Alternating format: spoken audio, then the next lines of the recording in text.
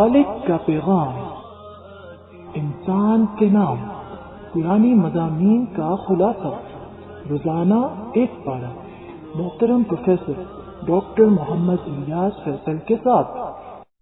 الحمدللہ وحدہ والصلاة والسلام علی من لا نبی بعدہ، رب اشرح لی صدری ویسر لی امری واحلل عقدۃ من لسانی یفقہوا قولی۔ انشاءاللہ آج ہم قرآن کریم کے 28ویں پارے کا خلاصہ پیش کریں گے، جس کا آغاز سورہ مجادلہ سے ہو رہا ہے۔ یہ سورت مدنی ہے، 22 آیات اور 3 رکوعوں پر مشتمل ہے۔ جدل کہتے ہیں جھگڑا اور اختلاف کرنا۔ اس سورت میں ایک خاتون کا تذکرہ ہے جو اپنے ایک خاندانی مسئلے کی بابت نبی اکرم صلی اللہ علیہ وسلم سے گفت و شنید کر رہی تھی۔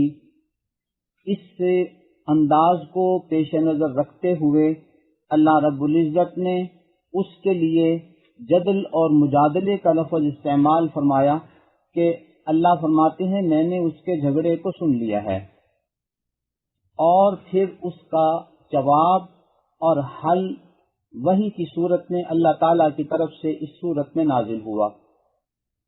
خاوند بیوی میں علیحدگی کا ایک نظام تو طلاق کی شکل میں ہوتا ہے۔ طلاق میں رجوع کرنے کا امکان بھی ہوتا ہے اور دوبارہ نکاح کا امکان بھی، الا یہ کہ 3 طلاق کی صورت میں لازم ہے کہ وہ عورت کسی اور شخص سے شادی کرے، اور بالفرض اگر ان کی آپس میں جدائی ہو جائے تو یہ عورت اب سابقہ شوہر سے شادی کر سکتی ہے جس نے اسے 3 طلاقیں دی تھیں۔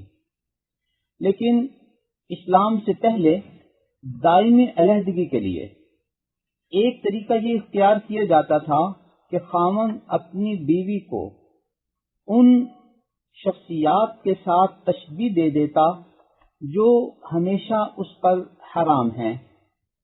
مثال کے طور پر یہ کہتا کہ تو میرے لیے میری ماں کی طرح ہے، یا میری بہن اور بیٹی کی طرح حرام ہے۔ اس انداز گفتگو کو عربی زبان میں زہار کہتے ہیں۔ اس سورت کی آیت نمبر 1 سے 4 تک اس بات کا تذکرہ ہے کہ ایک صحابی حضرت اوس بن صامت رضی اللہ تعالی عنہ نے اپنی بیوی خولہ بنت ثعلبہ کو یہ کہہ دیا انتی علیہ کا ظہر امی، تم مجھ پر میری ماں کی طرح ہو۔ وہ خاتون نبی اکرم صلی اللہ علیہ وسلم کی خدمت میں حاضر ہوئی اور عرض کیا کہ آقا، میں نے اپنی زندگی میں اپنا مال، اپنی جوانی، اپنی صحت، سب کچھ اس خاوند کے لیے قربان کر دی۔ اب بڑھاپے میں اس نے مجھے یہ لفظ کہہ دیا ہے۔ اس پر وحی نازل ہوئی قد سمع اللہ قول التی تجادلک فی زوجہا، اللہ تعالیٰ نے اس عورت کی بات سن لی ہے جو اپنے خاوند کے بارے میں آپ کے ساتھ گفت و شنید کر رہی تھی۔ اس وحی میں یہ تعلیم دی گئی کہ نمبر 1، ایسے الفاظ کہنا باعث گناہ ہے اور ایسے الفاظ کہنے والے کو توبہ کرنی چاہیے۔ دوسری بات یہ فرمائی گئی کہ ایسا کہنے سے وہ عورت حرام ہو جاتی ہے، الا یہ کہ اس کا کفارہ ادا کر دیا جائے اس گفتگو کا، اور پھر وہ عورت اس پر حلال ہو جائے گی۔ کفارہ یہ ہے کہ یا تو ایک غلام آزاد کرے، یا 2 مہینوں کے لگاتار روزے رکھے، یا 60 مسکینوں کو کھانا کھلا دے، تو وہ عورت اس شخص کے لیے دوبارہ حلال ہو جائے گی۔ آیت نمبر 7 سے آیت نمبر 10 تک اس بات کا تذکرہ ہے کہ کچھ لوگ مزاجن شریر ہوتے ہیں۔ مدینہ منورہ میں بھی کچھ یہودی آباد تھے اور کچھ منافقین بھی۔ ان کی یہ عادت تھی کہ جب وہ کسی شخص کو، مسلمان کو آتے ہوئے دیکھتے تو آپس میں سرگوشی کرنے لگ جاتے تاکہ یہ آنے والا مسلمان پریشان ہو جائے کہ یہ شاید میرے بارے میں کوئی باتیں کر رہے ہیں۔ اس سازشی انداز سے روکا گیا۔ عام طور پر یہ انداز آج بھی ہمارے معاشرے میں بعض افراد، بعض عورتوں میں اور بعض طلباء میں دیکھنے میں آیا ہے۔ یہ ناپسندیدہ انداز ہے، اس سے احتیاط کرنی چاہیے۔ ان شریر مزاج لوگوں کا ایک انداز یہ بھی تھا، اسلام میں السلام علیکم، السلام علیکم ورحمۃ اللہ، اس طرح کے الفاظ ملاقات کے وقت متعارف کرائے گئے ہیں، لیکن ان شریر مزاج لوگوں کا یہ انداز تھا کہ وہ السلام علیکم کہنے کے بجائے السلام علیکم کہتے۔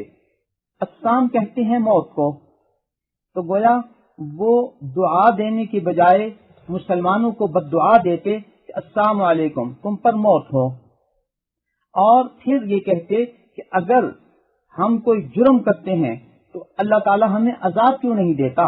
اللہ فرماتے ہیں حسبہم جہنم، ان کے لیے جہنم کافی ہے، جب وقت آئے گا تو اس وقت ان کو ان کے ان اعمال کی سزا دے دی جائے گی۔ یہاں ہمیں بھی اس بات کا خیال رکھنا ہے کہ السلام علیکم یہ صحیح الفاظ ہیں، ہمیں اسی انداز میں ان کو اختیار کرنا ہے اور ادا کرنا ہے۔ ہمارے ہاں بھی بعض ناواقف لوگ السلام علیکم کہہ دیتے ہیں، جو کہ غلط ہے، اور اس کا معنی دعا نہیں بلکہ بد دعا ہے، اور یہ ہے کہ تم پر موت ہو۔ لہذا ان عربی الفاظ کو صحیح انداز میں اختیار کرنا چاہیے۔ آیت نمبر 11 میں یہ ادب سمجھایا گیا ہے کہ مجلس میں آنے والوں کی رعایت کرتے ہوئے پہلے سے موجود لوگوں کو چاہیے کہ ان کی جگہ بنائیں۔ عام طور پر ہمارے ہاں درس کے حلقوں میں، جلسوں میں اس بات کی رعایت کی جانی چاہیے کہ جو حضرات پہلے سے تشریف فرما ہیں، اگر وہ محسوس کرتے ہیں کہ نئے آنے والے مہمانوں کے لیے جگہ کم ہو رہی ہے تو انہیں قریب قریب ہو کر بیٹھنا چاہیے اور ان کے لیے جگہ بنانی چاہیے۔ دوسری اس بات کا خیال رکھنا چاہیے کہ اگر یہ مجلس انفرادی نوعیت کی ہو تو نئے آنے والوں کے لیے گنجائش پیدا کی جانی چاہیے کہ پہلے سے بیٹھے لوگوں نے اپنے مسائل پوچھ لیے ہیں، اب وہ اس مجلس سے اٹھ جائیں اور نئے آنے والوں کو سوال و جواب کی گنجائش دیں اور ان کی جگہ بنائیں۔ آیت نمبر 14 سے 22 تک اس بات کا تذکرہ ہے کہ معاشرے میں موجود بعض بد عقیدہ، منافق مزاج اور گمراہ لوگ بھی ہوتے ہیں، لہذا ان سے دوستی نہ رکھو، چونکہ ان کا مزاج جو ہوتا ہے کہ یہ قسمیں کھا کھا کر تمہیں اپنی سچائی، اپنی ہمدردی اور اخلاص کا یقین دلانے کی کوشش کرتے ہیں، لیکن یہ ان کا جھوٹ ہوتا ہے، ان کا باطن بغض و عناد سے بھرا ہوتا ہے۔ قرآن کریم نے ایسے لوگوں کو حزب الشیطان، شیطان کی جماعت قرار دیا ہے، اور یہ بتایا ہے کہ یہ لوگ اپنے آپ کو کامیاب سمجھتے ہیں، لیکن یہ ناکام لوگ ہوتے ہیں جن کا ظاہر و باطن مختلف ہوتا ہے۔ آج کل ہمارے معاشرے میں قادیانی گروہ اس صورتحال کی اور اس حزب الشیطان کی ایک زندہ مثال ہے۔ آیت نمبر 22 میں تعلیم دی گئی ہے کہ سچے مسلمانوں سے دوستی رکھو، یہ جنتی لوگ ہیں، یہ حزب اللہ ہیں، یہ اللہ کی جماعت ہیں، جن کے بارے میں اللہ فرماتے ہیں الا ان حزب اللہ هم المفلحون، اگر رہو اللہ کی جماعت ہی فلاح پانے والی ہے، کامیاب ہونے والی ہے۔ اور سورہ مائدہ میں فرمایا گیا تھا فإن حزب اللہ هم الغالبون، اللہ کی جماعت ہی غالب آنے والی ہے۔ ملاحظہ ہو آیت نمبر 56۔ یہاں ایک ضروری بات سمجھ لینی چاہیے کہ بعض سیاسی یا مذہبی جماعتیں کچھ مبارک اور متبرک نام رکھ لیتی ہیں، جیسے کسی نے اپنی جماعت کا نام رکھ لیا حزب اللہ۔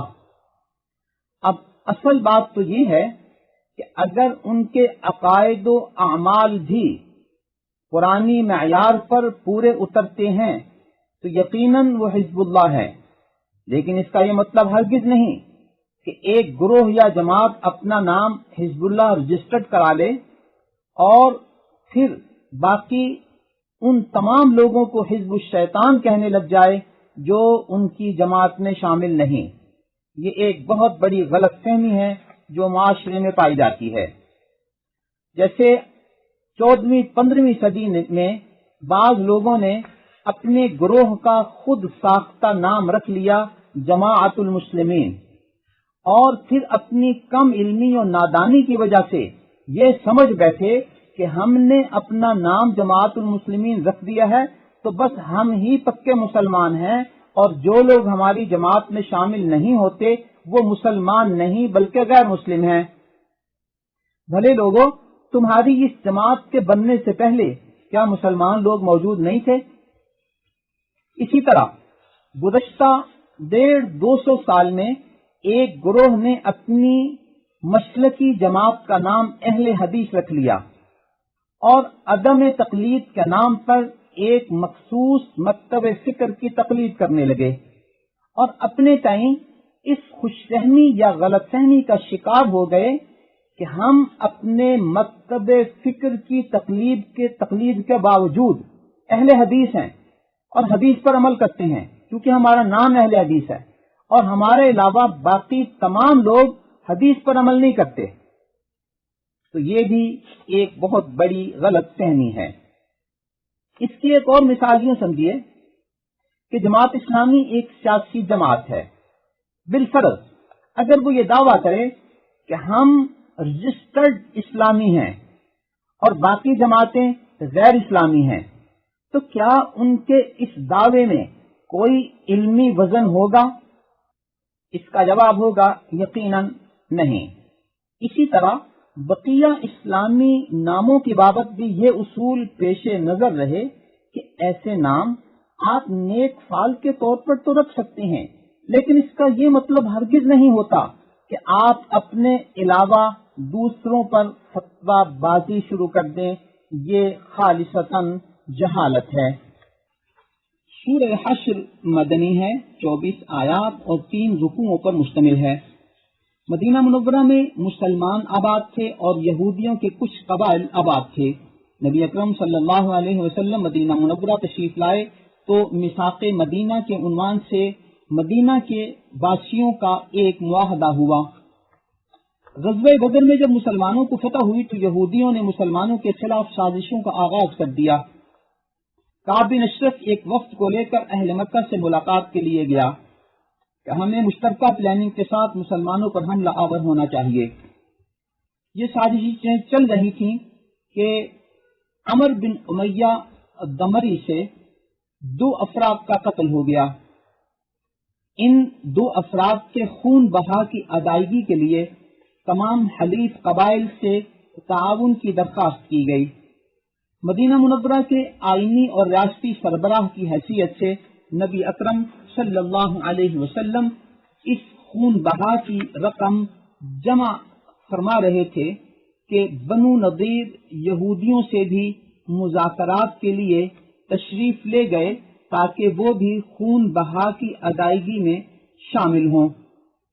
انہوں نے اس وقت کو غنیمت سمجھا کہ نبی اکرم صلی اللہ علیہ وسلم خود ہمارے قبیلے میں تشریف لے آئے ہیں، لہذا ان کو کسی ایسی جگہ پر بٹھا دیا جائے جہاں ان پر ایک بہت بڑا پتھر اوپر سے گرا دیا جائے تاکہ آپ کی شہادت ہو جائے اور مسلمانوں کے قائد اور سربراہ کا انتقال ہو جائے۔ اللہ رب العزت نے اپنے نبی اکرم صلی اللہ علیہ وسلم کو وحی کے ذریعے اس کی اطلاع دی تو آپ اس جگہ سے فوراً اٹھے اور واپس مدینہ منورہ تشریف لے آئے، اور یہاں آ کر یہودیوں کی اس غداری کی وجہ سے ان کو وارننگ دے دی کہ تم نے میثاق مدینہ کی مخالفت کی ہے، لہذا 10 دن کے اندر اندر اس شہر مدینہ کو چھوڑ کر چلے جاؤ۔ عبداللہ بن ابی جو کہ منافق تھا، مدینہ منورہ میں رہتا تھا، اس نے یہودیوں کو یہ کہا کہ تم شہر سے نہ نکلنا، میرے پاس 2000 کا لشکر ہے، اگر تمہیں مجبور کیا گیا تو میں تمہارا ساتھ دوں گا۔ قرآن کریم کی اسی سورہ حشر کی آیت نمبر 11 میں اس کی اس پیشکش کا تذکرہ ہے، لئن اخرجتم لنخرجن معکم، اگر تمہیں نکالا گیا تو ہم بھی تمہارے ساتھ نکلیں گے، ولا نطیع فیکم احدا ابدا، اور تمہارے معاملے میں ہم کسی کی بات نہیں مانیں گے، وان قوتلتم لننصرنکم، اگر تمہارے ساتھ جنگ کی گئی تو ہم تمہارے ساتھ تعاون کریں گے۔ اللہ رب العزت نے ان بزدل لوگوں کی طرف اشارہ کرتے ہوئے آیت نمبر 12 میں فرمایا، لئن اخرجوا لا یخرجون معهم، اگر ان یہودیوں کو نکالا گیا تو یہ منافق ان کے ساتھ ہرگز نہیں نکلیں گے، وَلَئِن قُوتِلُوا لَا يَنصُرُونَهُمْ، اور اگر ان یہودیوں کے ساتھ جہاد کیا گیا، قتال کیا گیا تو وہ ان کی مدد کے لیے نہیں آئیں گے، وَلَئِن نَصَرُوهُمْ لَيُوَلُّنَّ الْأَدْبَارَ، اور اگر وہ مدد کے لیے آئیں گے تو پیٹھ پھیر کر بھاگ جائیں گے۔ الغرض، منافقین کی اس پیشکش کی وجہ سے یہودیوں نے نبی اکرم صلی اللہ علیہ وسلم کی اس 10 روزہ وارننگ کو نظر انداز کر دیا اور انکار کیا کہ ہم اس شہر سے نہیں نکلیں گے۔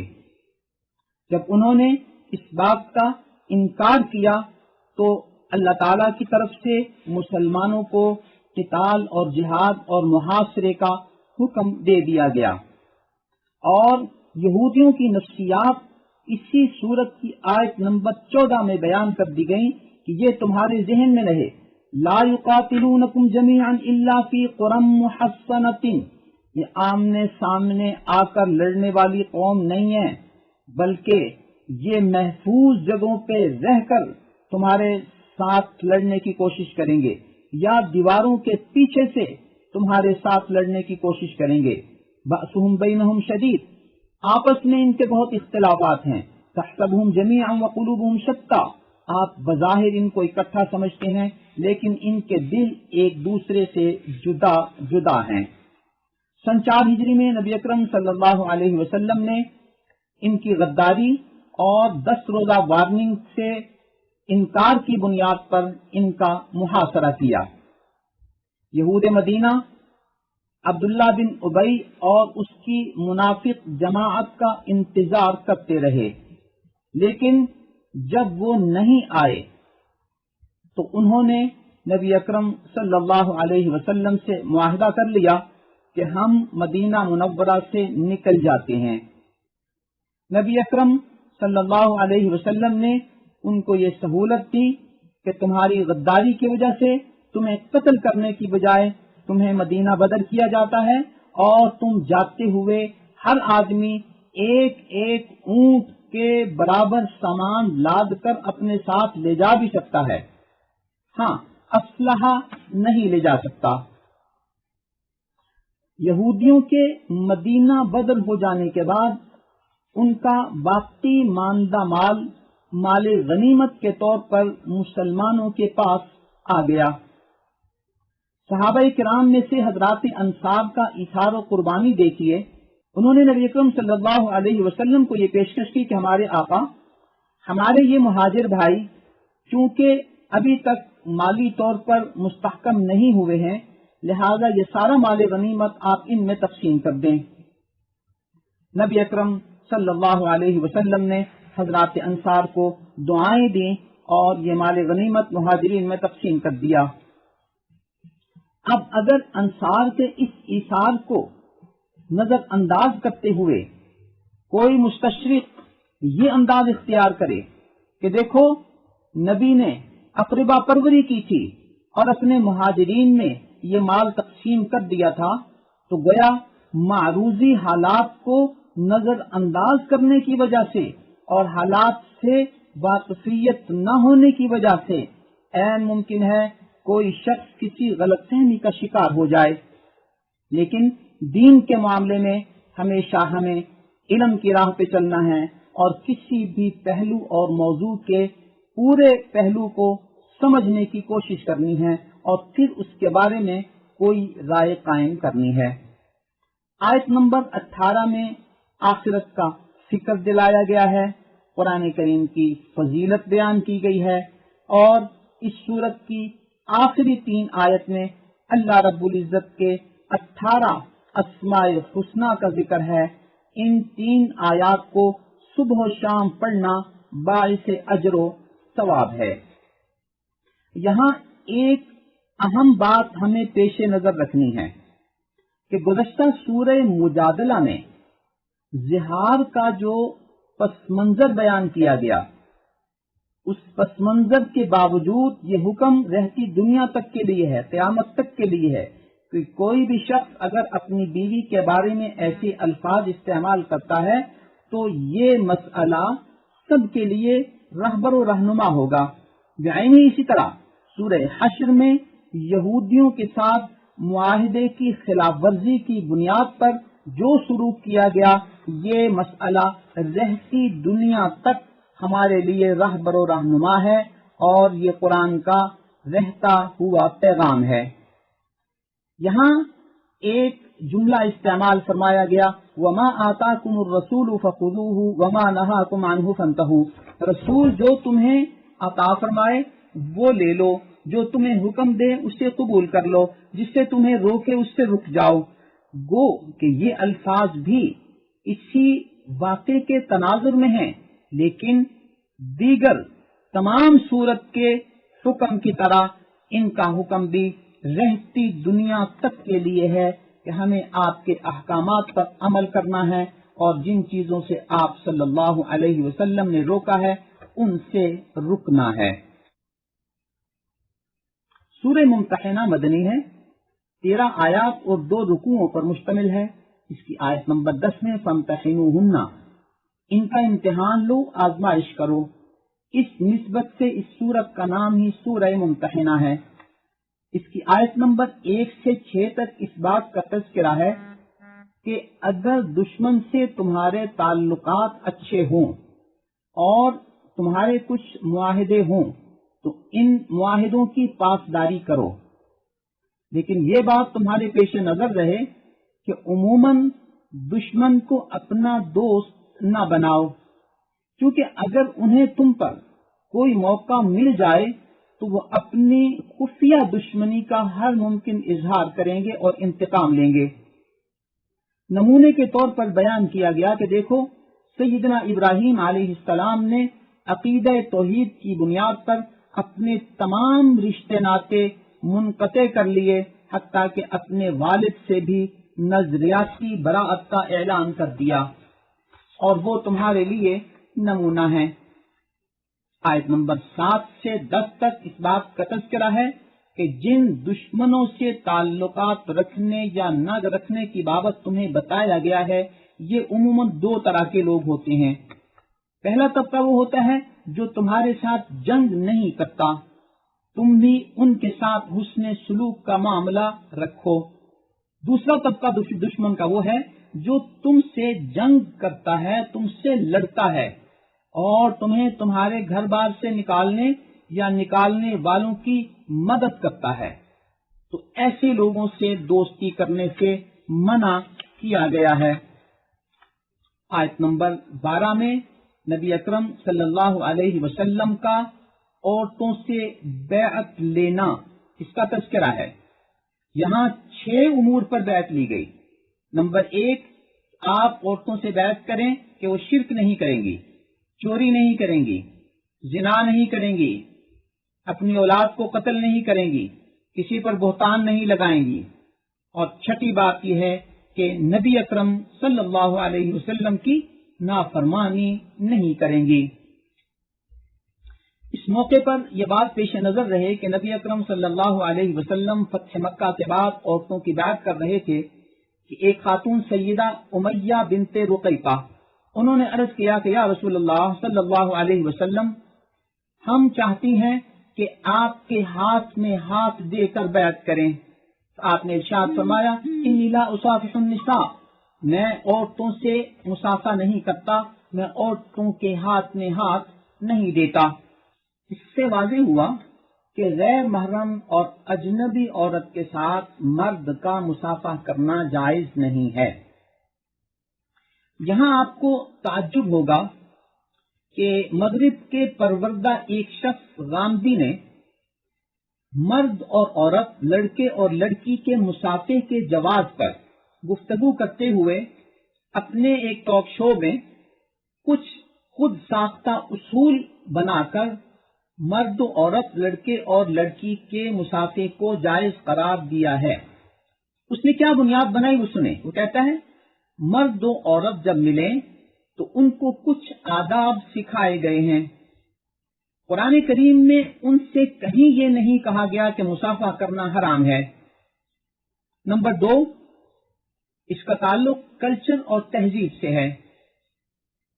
موصوف نے ان دو باتوں کو بنیاد بنا کر مرد و عورت کے مصافحے کو جائز قرار دینے کی کوشش کی ہے۔ بڑے ادب کے ساتھ ہم گزارش کرتے ہیں کہ بعض ممالک کے کلچر اور تہذیب میں یہ بات ہے کہ لڑکا اور لڑکی جب ہاتھ ملاتے ہیں تو ساتھ ہی ایک دوسرے کا بوسہ بھی لیتے ہیں۔ مغرب کے پروردہ اس شخص کے اصول کے مطابق ہم ان سے پوچھتے ہیں کہ قرآن نے جہاں میل جول کے آداب بتائے ہیں، آپ کے بقول اگر وہاں ہاتھ ملانے سے منع نہیں کیا گیا تو کیا وہاں بوسہ لینے سے منع کیا گیا ہے؟ نہیں۔ اگر آپ کے استدلال کی بنیاد پر مصافحے کی اجازت دی جا سکتی ہے تو کیا ان کو بوسے کی اجازت بھی ہونی چاہیے، خصوصاً جبکہ یہاں کلچر اور تہذیب بھی ایسا ہی ہے۔ محترم سامعین، چھوڑیے یہ غامدی صاحب کے رنگیلے فتوے اور رنگیلے اجتہاد ہیں، اللہ تعالیٰ انہیں ہدایت عطا فرمائے۔ یہاں تعجب ہے کہ بعض چینلز اور اینکرز ان کے ان رنگیلے افکار کو پروموٹ کرتے ہیں۔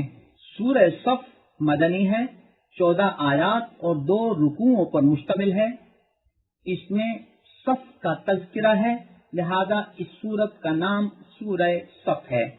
اس کی آیت نمبر 2 میں ہے کہ اے ایمان والو، ایسی بات کیوں کہتے ہو جو کرتے نہیں، اللہ کے ہاں یہ عمل ناپسند ہے۔ یہاں اس بات کی ترغیب دی گئی ہے کہ تم جو بات کرو پھر اس کی پاسداری بھی کرو، اور اس کا یہ بھی مفہوم ہے کہ جو بات تم اوروں کو کہتے ہو خود بھی اس پر عمل کرو۔ اس سورت کی آیت نمبر 6 میں سیدنا عیسیٰ علیہ السلام نے اپنی امت کو یہ بشارت دی تھی، انی رسول اللہ الیکم مصدقا لما بین یدی من التوراۃ۔ عیسیٰ علیہ السلام فرماتے ہیں کہ میں اللہ کا رسول ہوں اور مجھ سے پہلے جو تورات نازل ہوئی تھی اس کی تصدیق کرنے والا ہوں، ومبشرا برسول یأتی من بعد اسمہ احمد، اور اس رسول کی بشارت دینے والا ہوں جو میرے بعد آئے گا اور اس کا نام احمد ہوگا۔ فلما جاءہم بالبینات قالوا ھذا سحر مبین۔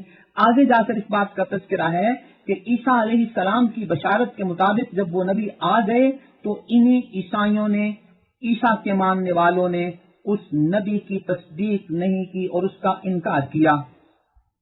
واضح رہے کہ عیسیٰ علیہ السلام کی اس طرح کی بشارتیں آج بھی کسی نہ کسی انداز میں انجیل میں موجود ہیں، اور وہ تحریف ہونے کے باوجود یہ اشارے اور یہ الفاظ وہاں ملتے ہیں۔ آیت نمبر 9 میں ہے کہ اللہ رب العزت نے اپنے رسول کو بھیجا تاکہ وہ دین حق کو تمام ادیان پر غالب کر دے۔ یہ اللہ رب العزت کا وعدہ ہے اور عام ہے کہ پوری دنیا میں اللہ تعالیٰ ایک وقت میں دین کا غلبہ فرما دیں گے۔ افسوس کہ مغرب کے پروردہ ایک ملحد شخص غامدی نے قرآن کریم کی اس آیت اور اس میں اللہ کے غلبہ دین کے اس وعدے کو پوری زمین پر دین کے غلبے کی بجائے، دین اسلام کے غلبے کی بجائے اسے سرزمین عرب کے ساتھ خاص کیا ہے اور خاص قرار دیا ہے۔ ملاحظہ ہو ان کی کتاب میزان صفحہ 70 اور اسی کتاب کا صفحہ 172، جبکہ اللہ کا دین آفاقی ہے، یہ دین عالمی ہے، لہذا یہ وعدہ بھی عالمی ہے اور پوری دنیا پہ اللہ کے دین کے غلبے کے لیے ہے۔ سورہ جمعہ مدنی ہے، 11 آیات 2 رکوعوں پر مشتمل ہے۔ اس کی آیت نمبر 9 میں جمعے کا تذکرہ ہے، لہذا اس سورت کا نام جمعہ ہے۔ اس کی آیت نمبر 2 سے 5 تک اس بات کا تذکرہ ہے کہ نبی مکرم صلی اللہ علیہ وسلم کی دنیا میں بعثت ہوئی ہے۔ جیسے سابقہ امتوں میں اللہ تعالیٰ نے انبیاء بھیجے، ان پر کتابیں بھیجیں، اور ان میں سے ایک تورات بھی تھی۔ جن لوگوں نے اس تورات پر عمل نہیں کیا ان کی مثال اس گدھے کی سی ہے جس پر کتابیں لگی ہوئی ہوں اور وہ ان سے کسی طور پر مستفید نہیں ہو سکتا۔ حاملین تورات کا خصوصی ذکر یہاں اس لیے کیا گیا کہ ان میں سے اکثریت نے ایمان قبول نہیں کیا، اسلام نہیں لائے، سوائے گنتی کے چند افراد کے۔ بعد کے ادوار میں بھی اگر دیکھا جائے تو یہودیوں کے حوالے سے یہی صورتحال ہے۔ 6 آیت میں اس بات کا تذکرہ ہے کہ یہودیوں کو اس بات کی خوش فہمی ہے کہ ہم اللہ کے محبوب ہیں اور اللہ کے دوست ہیں۔ اللہ فرماتے ہیں اگر انہیں اتنی ہی خوش فہمی ہے تو انہیں کہو کہ پھر موت کی تمنا کرو تاکہ جلد اللہ کے ساتھ جا کر تمہاری ملاقات ہو، لیکن یہ ہرگز ایسا نہیں کریں گے کہ موت کی تمنا کریں۔ اس کا واضح مطلب یہ ہے کہ یہ صرف زبان سے کہتے ہیں، ان کا اپنا ضمیر اور دل بھی گواہی دیتا ہے کہ وہ اللہ کے دوست نہیں ہیں۔ آیت نمبر 9 اور 10 میں اس بات کا تذکرہ ہے کہ جمعے کی اذان ہو جانے کے بعد کاروبار تجارت، کاروبار ملازمت بند کر دیے جائیں اور سب لوگ جمعے کی نماز کے لیے نکل پڑیں اور تمام مصروفیات کو موقوف کر دیں۔ جمعے کی نماز ادا کرنے کے بعد پھر اپنے اپنے معمولات میں لگ جائیں۔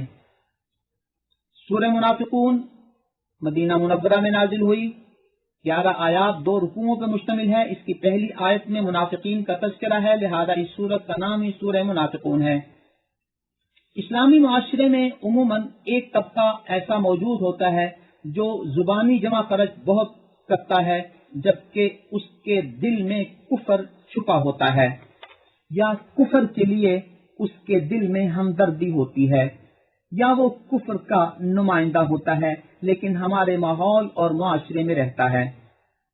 سن 6 ہجری میں نبی اکرم صلی اللہ علیہ وسلم غزوہ بنی مستلق کے لیے تشریف لے گئے تو وہاں اچانک ایک مہاجر اور ایک انصاری میں کچھ باہم اختلاف ہو گیا۔ نبی رحمت صلی اللہ علیہ وسلم کو معلوم ہوا تو آپ نے اختلاف کو رفع کر دیا اور ان میں صلح کرا دی۔ عبداللہ بن ابی منافق نے جب اس صورتحال کو بھانپا تو اس نے اپنے دوستوں میں بیٹھ کر اس بات کا تذکرہ کیا کہ یہ نبی باہر سے آ کر ہمارے علاقے میں آباد ہو گیا ہے، ہمیں اس کے بارے میں کوئی پالیسی بنانی چاہیے۔ تم اہل مدینہ اس نبی پہ کچھ خرچہ نہ کیا کرو، ان سے مالی تعاون نہ کیا کرو۔ دوسرا اس نے کہا کہ مدینہ پہنچ کر عزت والے لوگ کمزور لوگوں کو مدینہ سے نکال دیں گے۔ عبداللہ بن ابی کی اس بات کا علم جب ان کے بیٹے کو ہوا تو وہ بہت ناراض ہوئے کہ ہمارے نبی ہمارے مسلمانوں کے بارے میں عبداللہ بن ابی نے یہ کہا ہے، تو بیٹے نے غصے میں آ کر کہا کہ میں اب اس باپ کو مدینہ منورہ میں داخل نہیں ہونے دوں گا اور میں اس کو قتل کر دوں گا۔ نبی اکرم صلی اللہ علیہ وسلم کو صورتحال کی اطلاع ہوئی تو آپ نے پیغام بھیجا کہ تم اس کو قتل نہ کرو اور اس کو چھوڑ دو۔ یوں اس بیٹے نے اپنے باپ کو پھر قتل نہیں کیا۔ آیت نمبر 9 اور 11 میں ہے کہ اللہ کے دیے ہوئے مال میں سے اللہ کی راہ میں خرچ کرو، اگر زندگی میں خرچ نہ کیا تو مرتے وقت تمہیں اس بات کی حسرت ہوگی، کاش میں اس میں سے کچھ صدقہ و خیرات کر دیتا۔ سورہ تغابن مدنی ہے، 18 آیات اور 2 رکوعوں پہ مشتمل ہے۔ اس صورت میں تخلیق انسان، تخلیق ارض و سما کا ذکر کر کے روز قیامت اور روز محشر کا ذکر ہے۔ جسے یوم الجمع اور یوم التغابن کہا گیا ہے، یعنی اکٹھے ہونے کا دن اور نقصان کا دن۔ تمام انسان چونکہ وہاں اکٹھے ہوں گے لہذا یہ یوم الجمع ہے، اور کفار کو، گناہ گاروں کو چونکہ وہاں سزا دی جائے گی لہذا یہ یوم التغابن ہے، یعنی گھاٹے اور نقصان کا دن ہے ان کے لیے۔ یہاں ایمان و عمل صالح والوں کے لیے کامیابی کو معیار قرار دیا گیا اور کفر و بدعملی کو ناکامی کا معیار قرار دیا گیا ہے۔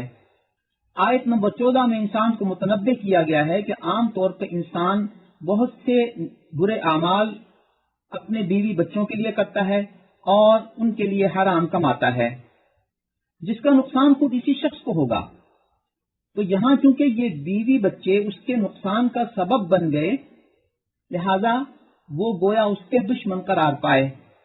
اس کا دوسرا مفہوم یہ ہے کہ جو بیوی بچے دین کے کسی نیک کام کے رستے میں رکاوٹ بنے تو وہ اس شخص کے دشمن ہیں، کیونکہ وہ اس کو دین کے اس حکم پر عمل کرنے نہیں دے رہے۔ سورہ طلاق مدینہ منورہ میں نازل ہوئی، 12 آیات اور 2 رکوعوں پر مشتمل ہے۔ اس میں چونکہ طلاق کا تذکرہ ہے لہذا اس کا نام ہی سورہ طلاق ہے۔ نکاح و طلاق کو تمام ادیان و مذاہب میں قانونی حیثیت حاصل رہی لہذا وہ ان اصول و ضوابط کے پابند رہتے ہیں، سوائے ملحدین و بے دین کے کہ ان کے ہاں نہ تو نکاح کی کوئی حیثیت ہے اور نہ ہی طلاق کی کوئی حیثیت ہے۔ وہ بغیر نکاح کے بھی اکٹھے رہ لیتے ہیں اور طلاق کے بعد بھی اکٹھے رہ لیتے ہیں۔ اسلام نے طلاق کے عمل کی حوصلہ افزائی نہیں کی بلکہ اسے ایک ناپسندیدہ عمل قرار دیا۔ البتہ اگر کسی شخص کو مجبوراً اس تعلق کو ختم کرنا پڑے تو اسے کچھ تعلیمات دی گئی ہیں جن کا خلاصہ یہ ہے کہ اس تعلق کو اچھے طریقے سے ختم کرو۔ اس صورت میں کچھ آداب بیان کیے گئے ہیں، کچھ احکام بیان کیے گئے ہیں۔ نمبر 1، طلاق عورت کی پاکیزگی کے ایام میں دی جائے اور اس کے بعد عورت 3 حیض عدت پورے کرے، پھر عورت علیحدہ ہو جائے گی۔ حالت حیض میں طلاق دینا حرام ہے۔ جس پاکیزگی کے ایام میں طلاق دی جائے اس میں جماع نہ کرے۔ نمبر 2، عدت کی صحیح اور ایماندارانہ گنتی ہونی چاہیے کہ کب شروع ہوئی کب مکمل ہوئی۔ بعض عدالتوں میں 35 یا 36 دن پورے کر کے عورت کا نکاح کسی دوسرے شخص سے کر دیا جاتا ہے، قطع نظر اس کے کہ اس عورت کے معمولات کیا ہیں۔ یہ عدت کی صحیح گنتی نہیں ہے۔ نمبر 3، عورت خاوند کے گھر میں عدت گزارے گی، نہ اسے نکالا جائے اور نہ وہ خود نکلے۔ نمبر 4، عدت ختم ہونے سے پہلے اگر خاوند نے رجوع کرنا ہے تو کر لے، ورنہ اچھے انداز میں اس کی رخصتی کر دے اور اسے الوداع کہہ دے۔ یعنی اگر رکھنا ہے تو اچھے انداز میں رکھ لو اور چھوڑنا ہے تو اچھے طریقے سے چھوڑ دو۔ نمبر 5، رخصتی اچھے انداز میں کرو تاکہ زندگی میں اگر پھر بھی کسی وقت ملنے کی کوئی شکل بنے تو گنجائش باقی رہے، نہ بھی ہو تو اچھی یادیں کسی نہ کسی درجے میں باقی رہیں۔ نمبر 6، عورت کی عدت ختم ہو جائے تو اسے چھوڑ دو اور 2 گواہ بنا لو۔ نمبر 7، جس عورت کو حیض نہ آتا ہو اس کی عدت 3 مہینے ہے۔ نمبر 8، اگر خاوند فوت ہو جائے تو عورت کی عدت 4 مہینے 10 دن ہے۔ نمبر 9، اگر عورت حاملہ ہو اور اسے طلاق دے دی جائے تو اس کی عدت اس وقت ختم ہوگی جب اس کے ہاں بچہ پیدا ہوگا۔ نمبر 10، دوران عدت عورت کو طعن و تشنیع نہ کی جائے اور اسے ذہنی ٹارچ نہ کیا جائے۔ نمبر 11، وضع حمل تک حاملہ عورت کا خرچہ خاوند کے ذمے ہوگا۔ نمبر 12، مطلقہ عورت اگر اپنے بچے کو دودھ پلانا چاہے تو پلا دے، اگر وہ دودھ پلانے کی اجرت طلب کرے تو یہ اس کا حق ہے، اس سے وہ اجرت خاوند کی طرف سے ادا کی جانی چاہیے۔ نمبر 13، اگر مطلقہ عورت اس مرد کے بچے کو دودھ پلانے سے انکار کر دے تو مرد کو چاہیے کہ اس کا متبادل انتظام کرے۔ عورت پر دودھ پلانا ضروری نہیں ہے، اخلاقی تقاضا ضرور ہے۔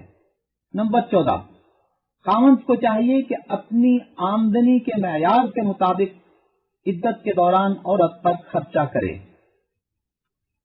طلاق کے بارے میں کچھ باتیں پیش نظر رہنی چاہیے کہ طلاق پہلے پاکیزگی کے ایام میں ایک دی جائے، مرد بھی سوچے عورت بھی سوچے۔ 3 حیض تک عدت پوری ہونے کے دوران اگر خاوند بیوی محسوس کریں کہ وہ اکٹھا زندگی گزار سکتے ہیں اور ان کی غلط فہمی ختم ہو گئی ہے تو وہ رجوع کر سکتے ہیں۔ اگر انسان دوسری طلاق بھی دینا چاہے تو دوسری پاکیزگی میں دوسری طلاق دے دے، لیکن اگر وہ نہ بھی دے تو ایک طلاق سے بھی عورت جدا ہو جاتی ہے، لیکن مستقبل میں نکاح یا رجوع کی گنجائش باقی رہتی ہے۔ عدت کے دوران رجوع کر سکتا ہے اور عدت ختم ہو جانے کے بعد نکاح کر سکتا ہے۔ عام طور پر ہمارے ہاں غصہ نکالنے کے لیے یک بارگی 3 طلاقیں دے دی جاتی ہیں۔ اس میں وقت غصے کا اظہار تو ہوتا ہے، لیکن جب کسی شخص نے 3 طلاقیں دے دی تو وہ 3 واقع ہو گئیں، لیکن اب بعد میں اگر افہام و تفہیم پر آمادگی ہو رہی ہے تو اس کی 3 طلاقیں اس افہام و تفہیم میں آڑے آئیں گی اور رشتہ بند ہوگا جب تک کہ یہ عورت کسی اور سے شادی نہ کر لے اور وہ مرد اپنی خوشی سے اس سے طلاق نہ دے دے، اس وقت تک یہ پہلا خاوند اس کے ساتھ نکاح نہیں کر سکتا۔ لہذا طلاق دینے کے معاملے میں ہمیشہ احتیاط کا پہلو پیش نظر رکھنا چاہیے اور شریعت نے جو طریقہ بتایا ہے اسی پر عمل کرنا چاہیے۔ سورہ تحریم مدنی ہے، 12 آیات اور 2 رکوعوں پر مشتمل ہے۔ نبی مکرم صلی اللہ علیہ وسلم ساری امت کے لیے نمونہ ہے۔ اللہ تعالیٰ کی طرف سے بعض ایسے تکوینی معاملات ہو جاتے ہیں جس میں امت کی تعلیم مقصد ہوتی ہے۔ صحیح بخاری شریف کی حدیث نمبر 5267 کے مطابق نبی اکرم صلی اللہ علیہ وسلم کو بعض ازواج مطہرات نے یہ عرض کیا کہ آپ سے مغافیر کی بو آتی ہے۔ آپ کو اندازہ ہوا کہ آپ نے شہد استعمال فرمایا تھا، لہذا شاید اس شہد کا اخراج مغافیر کے پھول سے ہوا ہو اور اس کی بو اور اسمیل اس شہد میں آ گئی ہو، لہذا میں شہد کا استعمال اپنے اوپر حرام کرتا ہوں۔ بعض روایات کے مطابق نبی اکرم صلی اللہ علیہ وسلم نے بعض خاندانی معاملات کی وجہ سے اپنی کنیز اور لونڈی سیدہ ماریہ قبطیہ رضی اللہ تعالی عنہا کو اپنے اوپر حرام کر دیا کہ میں اب اس سے اپنا تعلق نہیں رکھوں گا۔ تو اللہ تعالیٰ کی طرف سے وحی آئی کہ آپ کسی حلال چیز کو حرام نہ کریں اپنے اوپر، چاہے وہ شہد ہو چاہے وہ آپ کی حلال لونڈی ہو، لہذا اس کا کفارہ ادا کریں۔ نبی اکرم صلی اللہ علیہ وسلم نے اس کا کفارہ ادا فرمایا۔ یہاں یہ مسئلہ بتا دیا گیا کہ اگر کوئی بھی کسی حلال چیز کو اپنے اوپر حرام قرار دے اور پھر اسے استعمال کرنا چاہے تو اسے قسم کا کفارہ ادا کرنا ہوگا، یا تو غلام آزاد کرے یا 10 مسکینوں کو کھانا کھلائے یا انہیں کپڑے پہنائے۔ آیت نمبر 6 میں انسان کو آخرت کے حوالے سے متوجہ کیا گیا کہ قوا انفسکم واہلیکم نارا، اپنے آپ کو اور اپنے اہل و عیال کو آگ سے بچا لو۔ اس آگ کا جلنا انسانوں سے ہوگا اور پتھروں سے ہوگا، وہ اتنی سخت آگ ہے۔ آیت نمبر 8 میں اللہ تعالیٰ کی طرف سے سچی توبہ کرنے کا حکم دیا گیا ہے، جسے توبہ نصوح کہا جاتا ہے۔ انسان اپنے دل میں اپنے گناہ پر نادم ہو اور آئندہ اس گناہ کے نہ کرنے کا عزم ہو۔ دل میں چور نہ ہو، لیکن اگر کسی وجہ سے پھر بھی گناہ ہو جائے تو پھر دوبارہ سچے دل سے سچی توبہ کرے۔ اللہ تعالیٰ ہمیں ان ایام میں اور تمام ایام میں سچی توبہ کرنے کی توفیق عطا فرمائے۔ اللہ ہمیں جنت والے اعمال سے وابستہ رکھے اور جہنم والے اعمال سے بچائے۔ اللہ تعالیٰ ہمیں قرآنی تعلیمات کے ساتھ وابستہ رکھے۔ آمین ثم آمین۔ وآخر دعوانا ان الحمد للہ رب العالمین۔